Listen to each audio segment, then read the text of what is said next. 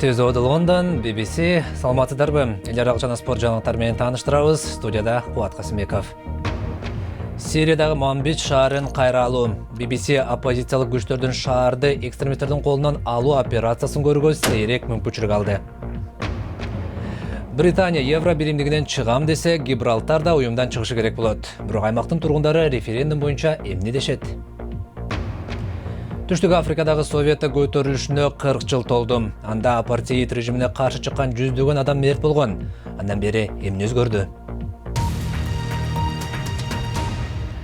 Бириккен Улуттар уюмунун адам укуктары боюнча иликтөөчүлөрү биринчи жолу Ислам мамлекети тобун Ирак жана Сириядагы Язиди улутуна каршы геноцид жасады деп айыптады. Бул кабар оппозициячыл күчтөр Сириянын түндүгүндөгү Манбич шаарын Ислам мамлекети тобунан алууга аз калган учурда жарыяланды.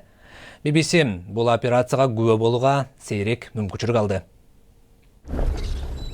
Манбиждеги майдан тилкесине жетүү оңой эмес. Өздөрүн Ислам мамлекети деп атаган топ артка чегингени менен мина жана башка жардыруучу заттарды кан жолго орнотуп кеткен. Биз аргасыздан талаа менен жүрдүк. Манбиш шаарын Сириянын демократиялык күчтөрү курчоого алган. Шаарда негизинен арабтар жашайт. Эми күрд куралчандар менен арабтар биригип чабуул уюштурууда. Манбиш шаарынын дарбазасына келдик. Буюрса экстремисттик топтун зомбулугун токтотуп, шаарды бошотобуз. Коалиция күчтөрүнө каршы чыккандар да жөн чегинген жок. Теги чечен деп жоромолдонгон экстремист жангечти курун жардырууга бир аз жетишпей калган экен. Аймакта батыш өлкөлөрүнүн атайын аскерлери дагы байкалды. Бизге тартпагыла деген буйрук берилди. Алар өздөрүн Ислам мамлекети деп атаган топтун турумдарын аныктап жүргөнү маалымдалууда. Жергиликтүү тургундар менен маек куруп жатканда биз жаңыдан чыгып кеткен кыштакта атышуулар угулду. Аскерлер чоочулап, экстремисттик топ чабуулун баштады деген ойдо болду. Көрсө, жөн жай тургундар шаардан качып чыгышыптыр. Алар 2,5 жылдан бери экстремисттик топ көзөмөлдөгөн аймакта жашап, качып чыкканына кубанышууда.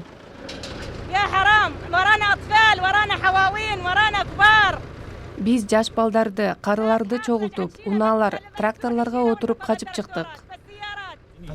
Бул тургундар качып чыгууга жетишти, бирок миңдегендер курчоодо калды.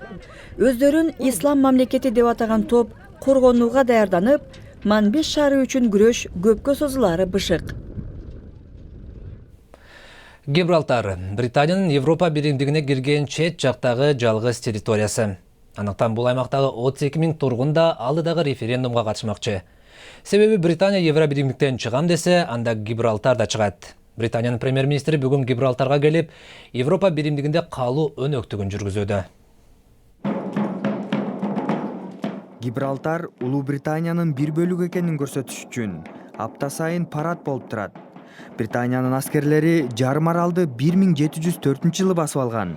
Эми Гибралтар кайрадан келечегин тандап жатат окшойт. Ким Британиянын Европа биримдигинде калуусун каалайт? Балким Британия үчүн биримдиктен чыкканы жакшыдыр, бирок Гибралтарды да ойлошубуз керек. Испания Гибралтарды өзүнө таандык деп эсептейт. Европа биримдиги ортомчул болуп, маселени тынч жол менен жайгарып келген.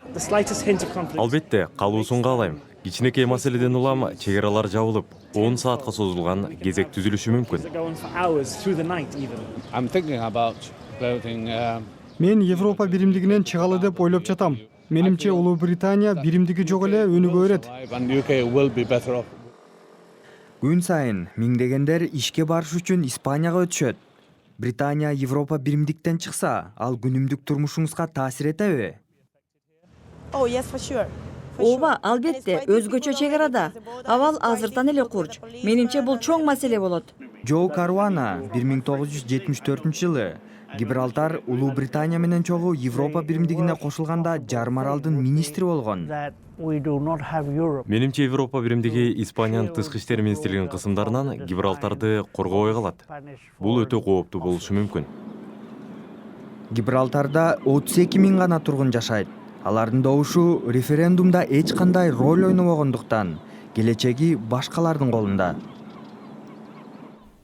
Сіз түз эфирде BBC-ні көріп жатқаныңызды ескертебіз, эми күндүн башка жаңылыктардын кыскача топтому.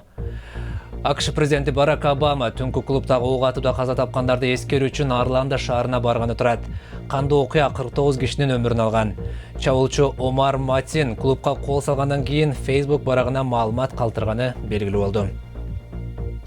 Египеттин бийлиги өткөн айда Жеротолук деңизге кыйрап түшкөн Egypt Air учагынын сыныктарын тапканын кабарлады.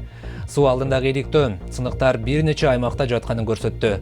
Учак кабинасындагы үн жаздыруучу аппаратта табылды. Парижден Каирге бараткан учакта 66 жүргүнчү бар болчу. Флоридадагы Disney паркында аллигатор тиштеп кеткен наристенин сөөгү табылганын полиция тастыктады. Суучулдар 2 жашар Лейн Грейвстин денеси бүтүн экенин билдиришти. Үй бүлөсү карап турган баланы 2 күн мурда аллигатор сууга сүйрөп кеткен.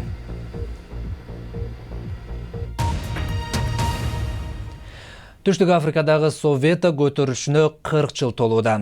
Миңдеген студенттер апартеид режимине каршы нааразылыкка чыгып, анда жүздөгөн адам полициянын аракетинен улам каза тапкан.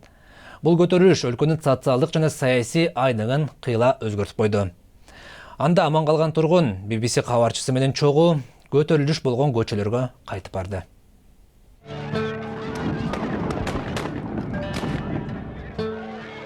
That morning, when the police started shooting, Коопсуздук кызматкерлери ок чыгарганда ок дарынын жыты абада сезилди. Жаш балдар ыйлап, баарыбыз дендароо болуп калдык.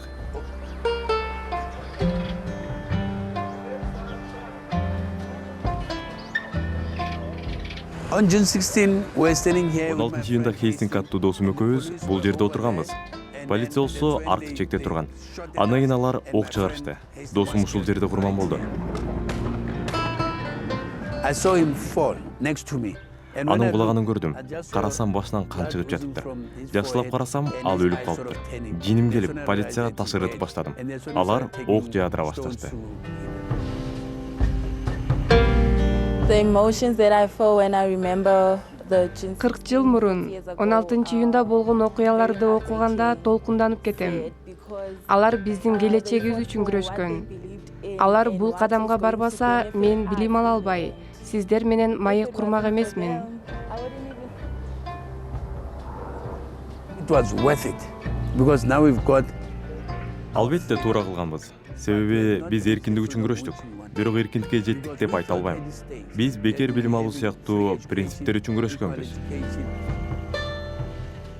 Бүгүнкү күнү билим алуу жаатында күрөшүп келебиз. Жакыр аймактарда жашаган жаштардын көбү билим алууга каражаты жок. Ошол себептен күрөш уланууда. Эми спортто адаттагы эле Евро 2016 футбол турнириндеги соңку жаңылыктардан баштасак, бир аз мурда эле Англия Уэльсти 2-1 менен утуп алды.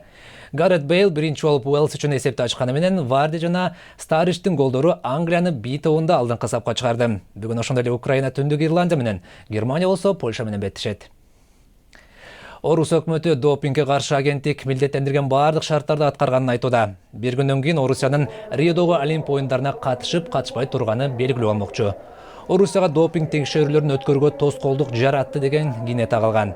Бирок Орусиянын спорт министри спортчуларын текшерүүдөн өткөрүүгө жардам берерин айтууда. Жаңылыктардын соңунда кечке кеңседе отургандан тажаган көрүүчүлөр бар болсо, анда сиздер үчүн жагымдуу жаңылык. Голландияда ойлонуп табылган кеңсе сизди өз убагында иштен чыгууга шыктандырат. Саат кечки 6 болгондо бул үстөлдөр дароо өйдө көздөй көтөрүлүп, шыптагы тешиктерге кирип кетет экен. Андан соң бошогон кеңседе ар түрдүү эс алуу кечелерди өткөрсө, же йога жасаса болот. Керектүү табылган экен, биздин жаңылыктарды сайтыбыздан да таба аласыз. Азыр bbc42.com сайтыбызды ачсаңыз, 68 жашында мектепте окуп жаткан непалдык карыя тууралуу сүрөт баяндаманы көрө аласыз. Жаңылыктар менен тааныштырган Кубат Касымбеков болдум. Аман туруңуздар.